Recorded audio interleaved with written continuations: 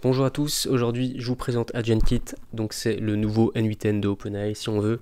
Ça a été release le 6 octobre, on est aujourd'hui le 8, et donc moi j'ai déjà fait quelques tests hier soir pour faire cette vidéo.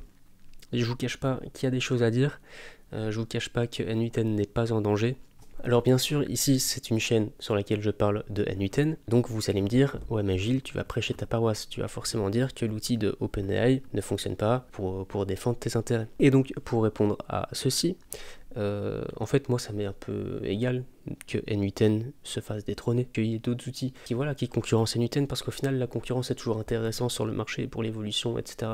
Donc je veux dire, si cet outil là est meilleur qu'N8N, eh ben je l'utiliserai. De toute manière, il faut comprendre tous les outils, et surtout ce qui est important de savoir, c'est les points forts de chaque outil, pour savoir dans quel scénario vous allez devoir utiliser un outil ou pas. Donc voilà, petite parenthèse que je referme. Alors AgentKit, vous pouvez le retrouver juste ici. Donc vous allez sur platform.openai.com et vous allez donc voir sur le côté Agent Builder. Pour tous ceux qui ont l'abonnement payant, vous vous retrouvez là, et vous appuyez ensuite sur Create. Donc on se retrouve sur l'interface, et donc l'interface ça ressemble un peu à du N8N globalement. Donc il y a un nœud qu'on va devoir aller connecter avec d'autres nœuds, et donc là je vous montre le nœud le plus important de ce builder, qui est donc le nœud agent. Alors agent, on voit qu'à droite il y a son panneau de configuration. Ici vous pouvez mettre le prompt, vous pouvez lui dire quel modèle utiliser. Bien sûr vous serez déjà limité au modèle d'OpenAI, donc sa première limite. Ensuite vous pouvez, voilà, il y a d'autres paramétrages. On voit qu'il y a le tool, donc on peut ajouter des outils, la recherche web, une base de données et quelques autres options, ainsi que le MCP server. Alors du coup le MCP c'est quand même le plus important, parce que c'est celui qui va vous permettre d'interagir avec des outils externes, par exemple vos mails, vos drives, enfin bref, vous avez compris. Sauf que bon, je vais encore faire durer un peu le suspense. Ensuite, il y a d'autres nœuds, donc par exemple le nœud ici if, qui est tout simplement un nœud de condition. Ici, on a un nœud qui permet d'approuver, donc c'est l'utilisateur qui va devoir approuver quelque chose dans le workflow pour pouvoir continuer. S'il approuve, on va sur une autre branche, et puis s'il rejette, on va sur une autre branche. Bon, avec ça, en fait, on a déjà fait le tour des outils les plus importants.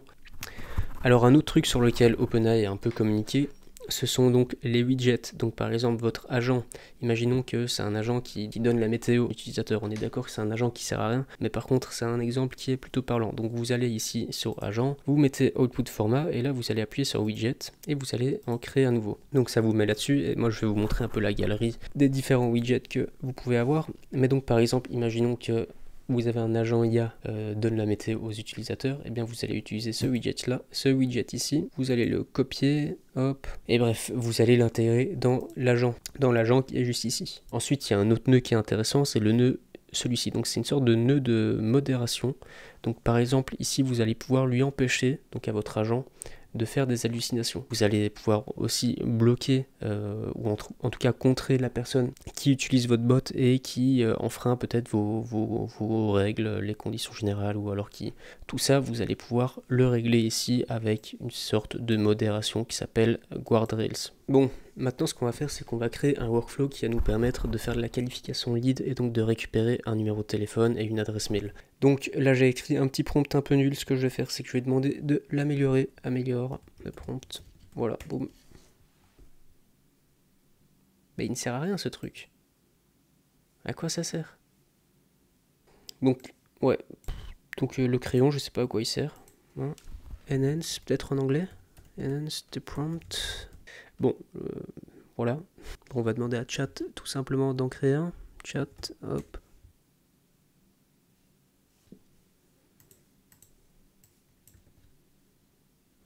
Qu'est-ce qui se passe là? Je vous jure, c'est pas fait exprès. Hein. Je sais pas du tout ce que c'est. Hein. Mais qu'est-ce que c'est? Voilà, donc là je viens de mettre un prompt.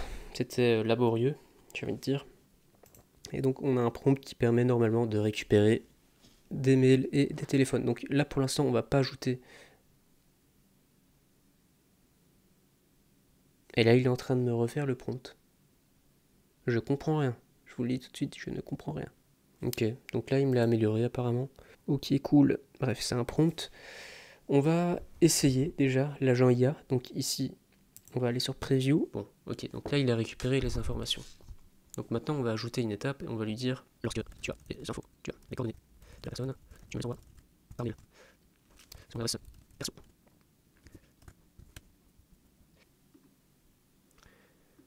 Donc maintenant on va rajouter un outil. Donc l'outil, en fait on peut que utiliser celui-là pour m'envoyer des trucs. Donc on va essayer de m'envoyer un mail. Et donc là on voit donc Access Token. Bon ici on dirait qu'on peut juste chercher ou lire des mails. On va quand même partir du principe que le MCP peut faire plus de trucs. Donc Get Access Token. Là on va aller récupérer donc Gmail. Normalement j'ai besoin... Voilà. Ça j'accepte. Donc là, une fois que ça s'est accepté, ici on va créer un token. On va prendre l'access token. Voilà, boum. Et où est-ce qu'il est lui? Et il est là. Donc access token, on le met ici. On le connecte. Voilà, donc là, bon, à mon avis, on va pas savoir envoyer de mail. Donc vraiment, on va rester dans cet esprit de simplicité, comme ils aiment nous le présenter, en utilisant donc un MCP. On va voir si ça fonctionne tout simplement, et on va utiliser donc la preview. Et là, je vais faire hi. Je n'ai pas la possibilité d'envoyer des mails directement depuis ici. Voulez-vous que je prépare un message prêt à être envoyé? Mais pourquoi? Mais en fait, quel intérêt quoi? Là, je ne comprends pas. En fait, c'est cool, on a une discussion avec un agent conversationnel, mais très bien. Mais c'est quoi la plus-value alors par rapport à ChatGPT? Maintenant, alors on va regarder un peu les autres solutions. Hein. On va prendre le MCP. Et donc là, on peut connecter à Zapier, à ces trucs-là. Et il n'y a même pas de Webhook ou autre. Hein. Moi, je peux le connecter à mon propre MCP, mais du coup, quel intérêt de passer par ici? Enfin, je veux dire, autant passer par NUTen. Et donc, là, moi, la question que je me pose, c'est à quoi ça sert, quoi, ce AgentKit? Parce qu'en fait, NUTen, bon, déjà, est beaucoup plus souple, et je trouve même plus simple, plus intuitif, mais surtout, NUTen, vous pouvez l'héberger vous-même. Donc, il y a déjà ça. Ensuite, vous pouvez utiliser les modèles que vous voulez. Ensuite, vous pouvez avoir un contrôle sur vos données. Ici, vous donnez tout à OpenAI. De plus, NUTen, c'est pas forcément que de l'intelligence artificielle. Vous pouvez faire des workflows où il n'y a pas un P d'intelligence artificielle. Je veux dire, ici, je perçois pas du tout la valeur du truc. Je ne vois pas qui, pour l'instant, va utiliser ça. Et bien sûr, il faut être indulgent parce que c'est un nouveau produit. Ça se trouve, ça va bien se développer. Mais mine de rien, quand on regarde NUTen, ça a déjà 6 ans. Ça a une communauté qui est ultra développée.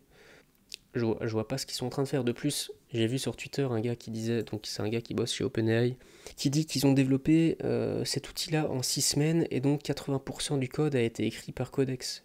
Bon, je dis pas que Codex code mal ou j'en sais rien, mais voilà, c'est quand même pas très sérieux pour un outil qui est dédié aux professionnels. Ici, même si ça a été fait en 6 semaines, quel est l'intérêt de le dire? Quel est l'intérêt de dire que 80% du code a été généré par IA? Oui, d'accord, ça fait de la pub pour leur truc, mais là, ça fait pas une bonne pub. Je trouve ça intéressant ici, la direction qu'ils sont en train de prendre OpenAI, parce que il y a quelques jours, il y avait Sora 2 qui sortait, donc le réseau social où il y aurait que du contenu IA, donc que du contenu généré par l'intelligence artificielle. Et en gros, j'avais fait un post sur ma communauté school où j'en parlais, et puis il y a un membre de la communauté qui a fait un commentaire intéressant. Je vous laisserai aller voir. Mais ce que je disais globalement, c'est qu'aujourd'hui, avec l'AgentKit, avec Sora 2, on dirait qu'ils vont un peu dans tous les sens, mais qu'ils savent pas vraiment où ils veulent aller. Parce qu'en fait, regardez ici avec Sora 2, regardez, à un moment donné, ils veulent faire un réseau social, ils n'ont même pas spécialement de business plan établi. Enfin, ici, ils disent, en toute transparence, voilà, notre plan aujourd'hui pour rémunérer ce réseau social-là, c'est, on pense, faire payer les utilisateurs. Et puis ensuite, on vous tiendra au courant des changements si jamais on doit changer d'approche. Ça montre quand même qu'il y a un manque de vision, ou en tout cas, qui sont en train de tâter plusieurs terrains. Moi, je comprends pas. Ils sont des milliards, pourquoi ils se concentrent pas sur un vrai produit, sur un vrai truc qui peut changer la face du monde en termes d'intelligence artificielle? Pourquoi aujourd'hui ils s'éparpillent sur des outils qu'ils développent en 6 semaines? Je comprends pas. Et donc on est aussi en droit de se demander si OpenAI lance pas ce genre de petits projets Sora 2 ou AgentKit pour qu'on parle juste d'OpenAI et que juste ils remplissent l'espace médiatique, qu'on continue à parler d'eux et que OpenAI continue à faire partie de notre quotidien. Peut-être que c'est ça la stratégie et que derrière ils sont réellement en train de travailler sur un produit qui va changer beaucoup de choses. Voilà, j'espère que c'est ça la stratégie qu'ils ont et que du coup, ici, ce genre de petits projets-là, c'est surtout pour remplir leur espace, un espace médiatique, que c'est plus dans une logique marketing plus qu'autre chose. Voilà, seul, de toute façon, l'avenir nous le dira. Bref, est-ce que OpenAI va remplacer N8N? Je ne pense pas que ce soit le cas tout de suite. N'hésitez pas aussi à rejoindre la communauté School, où vous pouvez poser vos questions, où j'anime des lives pour checker vos workflows N8N, les analyser, vous aider si vous avez un souci. Et puis voilà, n'hésitez pas à vous abonner. Ciao.